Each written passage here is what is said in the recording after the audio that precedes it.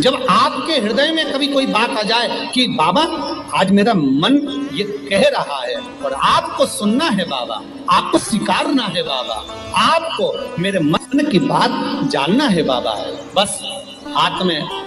चंदन लगाया, बेलपत्री का भाग इस तरह से पकड़कर शिव जी से अपने हृदय की बात कहकर, मेरे देवाधिदेव महादेव से दिल से कहकर, अशोक सुंदरी वाली जो जगह होती है, आपको बताया है अशोक सुंदरी का जो स्थान होता है, ये शिवलिंग या अशोक सुंदरी की जगह, इस बेलपत्र को अशोक सुंदरी वाली जगह पर जहाँ शिवलिंग है, शिवलिंग की साइड पर पहले नंबर की पत्ती का मुख होना चाहिए, बस उसको रख दीजिए और उस पर थोड़ी देर हाथ रखकर अपने हृदय की बात मेरे महादेव को दिल से कहकर आ जाइए। अगली सोमवार की अष्टमी या अगला प्रदोष या अगली शिवरात्रि जब आती है, मेरा महादेव आपकी मनोकामना का भाव पूर्ण करता है। ये शिव तत्व है। एक बात अपने जीवन में उतार कर रखिएगा, सोमवार की अष्टमी, शिवरात्रि या सोमवार, प्रदोष, बन सके तुम्हारे पास में शिवालय हो या बेलपत्री का वृक्ष हो, वहां दीप दान अवश्य करना चाहिए।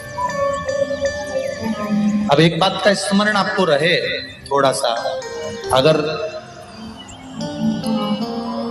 किसी कामना के वश अगर हम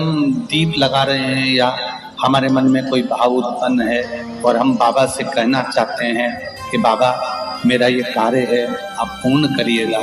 तो फिर शिव मंदिर में भी लंबी बाती का दीप आप प्रदोष या सोमवार की अष्टमी या सोमवार या आप शिवरात्रि को बाबा से निवेदन कर कर लगा सकते। हाँ, विशेष जब कोई एक बहुत बड़ी बात हो और आपके कार्य में कहीं अटकल हो रही हो, तो एक ही दीप में दो बाती, शिव और शक्ति, लंबी बाती बनाई शिव और शक्ति के नाम से, दो बाती एक साथ एक दीप में भी लगा सकते। पर कब? जब विशेष कोई आपका कार्य हो और वो अटक रहा हो, विशेष कोई कार्य, और आप बाबा से प्रार्थना कर रहे हो, तो दो बाती का भी प्रयोग आप कर सकते हैं। ऐसे शिव तत्व। शंकर भगवान को धतूरा कब चढ़ाना चाहिए उसका विशेष ध्यान रखें। जैसे शिवरात्रि है, प्रदोष है, या सोमवार है,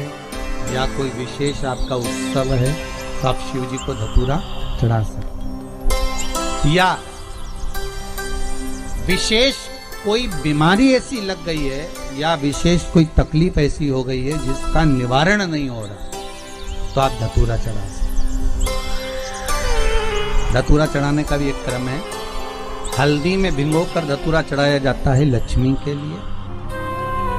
चंदन में भिगोकर धतूरा चढ़ाया जाता है आयु की वृद्धि के लिए। अबीर एक सफेद कलर का बॉर्डर होता है, अबीर गुलाल जो होती है, गुलाल में अबीर डलता है, चमकदार, आपने देखा होगा अबीर होगा। तो अबीर में धतूरा जो डुबो कर चढ़ाया जाता है, अबीर को लगाकर चढ़ाया जाता है, वो रोग मुक्ति का काय के लिए होता है, वो रोग मुक्ति, रोग की मुक्ति। धतूरे का भी एक स्मरण होता है महाराज, बहुत भारी रोग है, बीमारी लग गई है, डॉक्टर अपना काम कर रहे हैं, घर का व्यक्ति बहुत बीमार हालत में पड़ा हुआ है, तो बेलपत्री के वृक्ष के नीचे भी शिवलिंग का निर्माण कर एक धतूरा समर्पित करा जाता है, जिससे रोग से मुक्ति होती है। उसमें ना तो हल्दी लगाई जाती है, ना चंदन लगाया जाता है, ना अबीर लगाया जाता है, केवल धतूरा चढ़ाया। जिसके जीवन में हमेशा कांटे ही मिले हैं, बेटी बड़ी हुई तो घर में मायके में दुख देखा, और मायके से गई ससुराल में तो ससुराल में दुख देखा, ससुराल में भी दुख देखने के बाद में भी पति को बहुत कुछ काम खुलवाया, बहुत धंधे खुलवाए, नौकरी लगवाई, पर वो पति बार बार छोड़ कर आ गया, बार बार तकलीफ भोग रहा है, बार बार कष्ट भोग रहा है। फिर थोड़े दिन काम करता है, थोड़े दिन छूट जाता है, फिर व्यापार में बढ़ता है, फिर छूट जाता है, फिर कोई दुकान खुल गई, थोड़े दिन अच्छी चली, फिर वापस वहीं घर पर आकर बैठ गया। अर्थात उसके जीवन में वो शूलता चल रही है।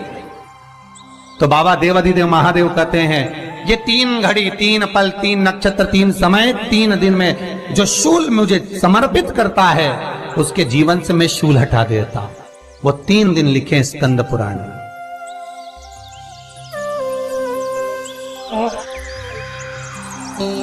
महाराज बैसाख महीने में जो प्रदोष आती है, बैसाख के महीने में बहुत ध्यान से सुनना भाई, जो अपनी जिंदगी से बहुत तंग आ गए हो, परेशान हो गए हो, कष्टमय जीवन जी रहे हो, बहुत दुखी हो गए हो, उनके लिए ये स्कंद पुराण का चरित्र फिर मिले ना मिले आप प्रेम से सुनिए भाव से। पहला, बैसाख महीने की प्रदोष, चाहे वो शनिचरी प्रदोष हो, चाहे रविवार की हो, सोमवार की हो, मंगल की हो, बुधवार की हो, गुरुवार की हो, शुक्रवार की हो, शनिवार की हो, कोई भी वार की हो, पर बैसाख महीने की प्रदोष, प्रदोष काल में शाम का समय सूर्य डूब रहा हो, बस डूबा ही हो, और उस समय पर सूर्य के डूबन के तुरंत बाद बाबा को धतूरे के साथ में बेलपत्री ना चढ़ाते हुए बेलपत्री के वृक्ष के 7 कांटे बाबा के शिवलिंग पर समर्पित करे जाते हैं महाराज, अपनी जिंदगी में अड़चनों को हटाने के लिए। फिर आप जिस व्यापार में उतरे, जिस व्यवसाय में उतरे, जिस नौकरी में उतरे, आप दिल से करें, आपको तरक्की मिलेगी। आप हार नहीं सकते, नीचे नहीं आ सकते, उन्नति पर ही चढ़ेंगे। एक वैशाख मास की प्रदोष, दूसरा शिवरात्रि के दिन मध्याह्न का समय। महाराज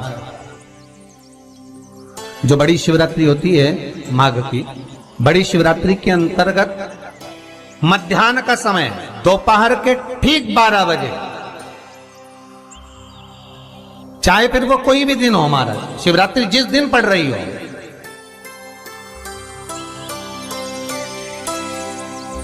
उस दिन भी धतूरे के साथ बाबा को 7 कांटे बेलपत्री के वृक्ष के समर्पित होते हैं महाराज। इसमें आप ये वाले जो कांटे हैं जो शिवरात्रि के दोपहर 12 बजे वाले हैं, अगर कोई मदिरा पीने वाला हो, व्यसन में डूबने वाला हो, कोई जुआ खेलने वाला हो, कोई गलत वैश्यावृत्ति करने वाला, या अपने मार्ग से विचलित कोई व्यक्ति है, उसके लिए भी ये कांटे बहुत काम आते हैं महाराज। दूसरा, पार्वती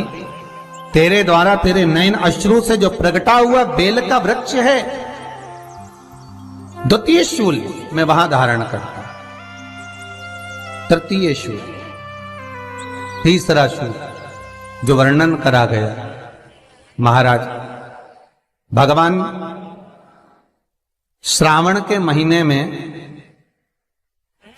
महीने में जो भी दूसरा सोमवार पड़े, जो भी पड़े, श्रावण के महीने का जो दूसरा सोमवार होता है, उस दूसरे सोमवार में रात्रि के समय पर,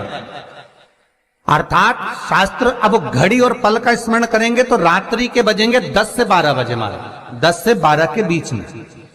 धतूरे के साथ बाबा को शूल समर्पित होता है महाराज। ये भी हमारी बाधाओं को, हमारी तकलीफों को, व्यापार व्यवसाय के लिए, नौकरी सर्विस के लिए, बहुत सारे एग्जाम में आप बैठ लिए, गवर्नमेंट एग्जाम के लिए बैठ लिए, नहीं हो रहा, ये 3